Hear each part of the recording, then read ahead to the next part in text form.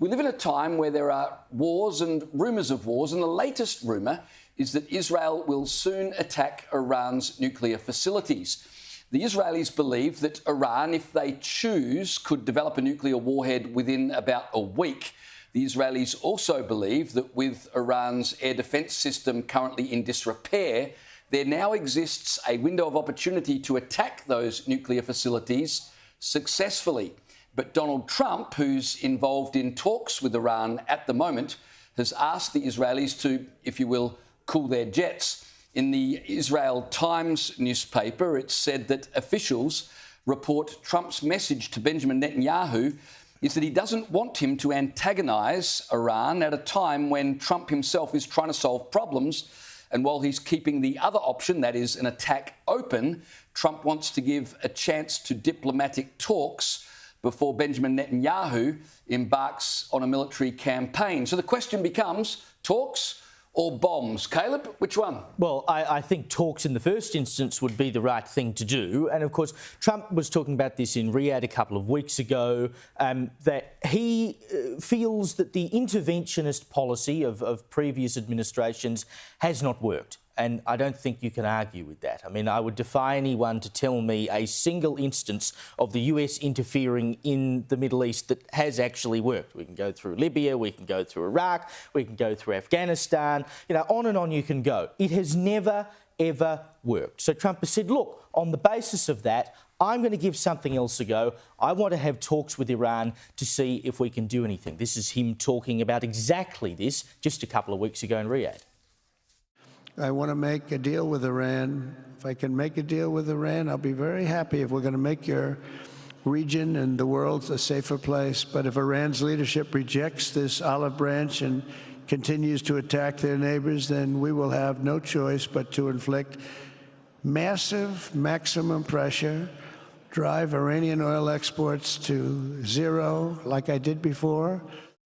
Now, of course, the background to this is that there was a nuclear deal done with Iran in 2015 and Trump pulled out of that in 2016 because he thought it was a bad deal, that it gave too much leeway to Iran. So he pulled out and put sanctions on Iran. And those sanctions were quite successful, it has to be said. Then along comes Joe Biden. He basically undoes all of it, gives hundreds of billions of dollars to Iran, which they then promptly go and give to their mates, the Houthis and etc. And we've seen what the result was of that. So Trump has said, look, I will try and negotiate my own deal, and if you don't come to the table, I'll go hell for leather against you. He wrote to the Ayatollah in March and said, you come and talk to me and we strike a deal or I'll get my military onto you. So he's very clear about where he's going. He's not ruling out military intervention. He's simply saying, let's try a way of doing this first that doesn't involve guns and bombs, and I think he's right to do so. It's a nice idea to assume that we can negotiate with all countries and that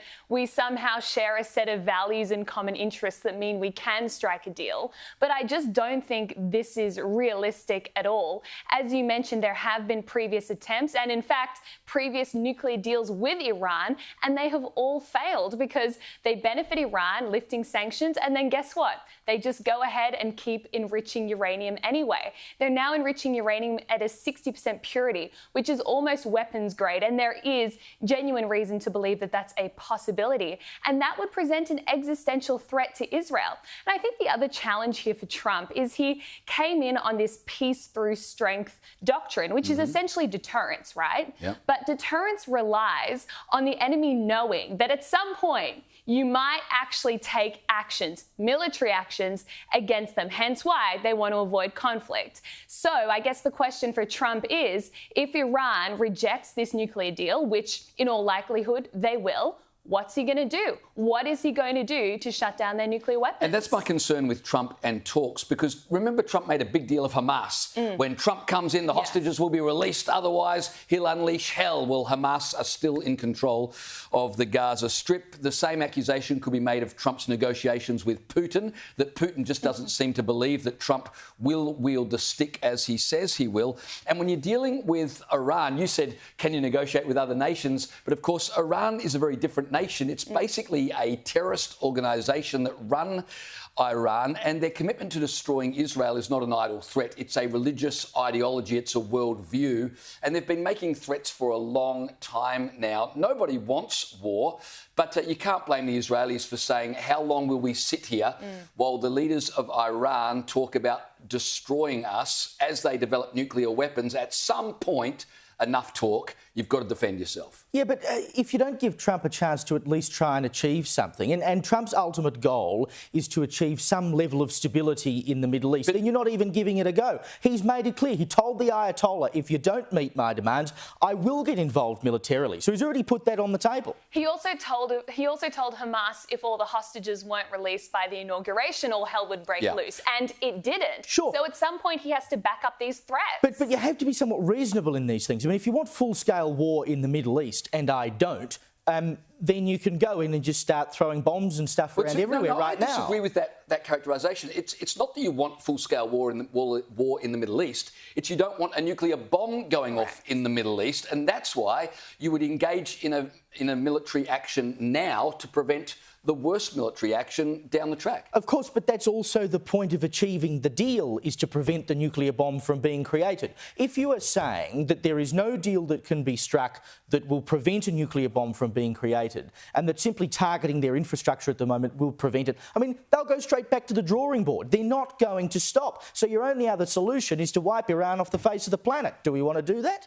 That's what Iran are threatening for Israel. So you can understand why the Israelis are a little antsy at the moment. Of course I understand that, but then you go and do it, and then you end up with full-scale war in the Middle East. This is the problem, is that you don't actually genuinely solve any... They'll go on for time immemorial until we actually wipe someone off the face of the planet. And no one really wants to have that discussion because it will lead to full-scale war. Or until Iran walk away from their ideological stance, which they never will. So, you know, at some point, this blows up. It's just a matter of when and who chooses the timing of it. Yeah, literally, it blows up.